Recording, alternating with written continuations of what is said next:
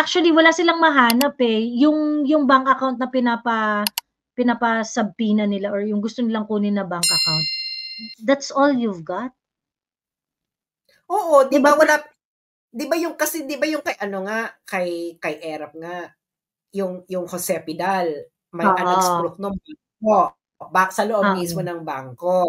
Oo. Um, at nakita talaga niya na nagpirma si Erap Pirma, ng oo, mm. ng alias. Oo. Tapos nagpakita ng properties, 'di ba? Naalala niyo yung Mm. bago mag-hearing, yung Mm, mm. Boracay Mansion, yung Mm. maraming properties. Mm. Eh, dito, anong properties ni Inday ang pinapakita ninyo? Wala. Wala kayong maipakita. Kaya Actually, bank yun ang account lang. kaya bank account lang.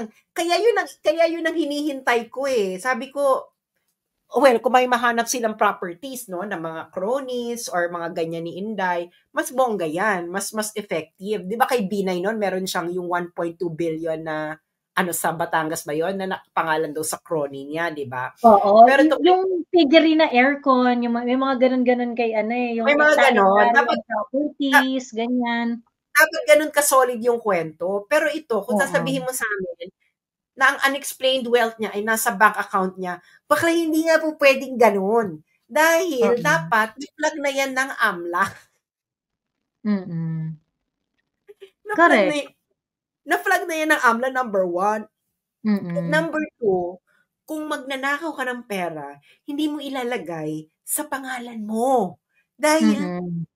sinong tangang magnanakaw na ilalagay niya ang pera niya sa pangalan Eh, di niya, na-trace.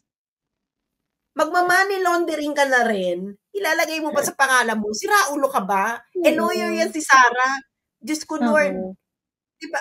Kaya ngayon dapat ang gawin ninyo, kung maghanap kayo ng property, sabihin niyo, "Eto," 'di ba ganyan ang ginawa niyo kay Justice Corona, "Eto may biniling Mm. building, May eto may mga ganito." condo, may condo unit. 'Di ba may mga condo unit na pinangalan daw sa mga anak, mga gano'n. Oo, dapat mga Mm. ganyan.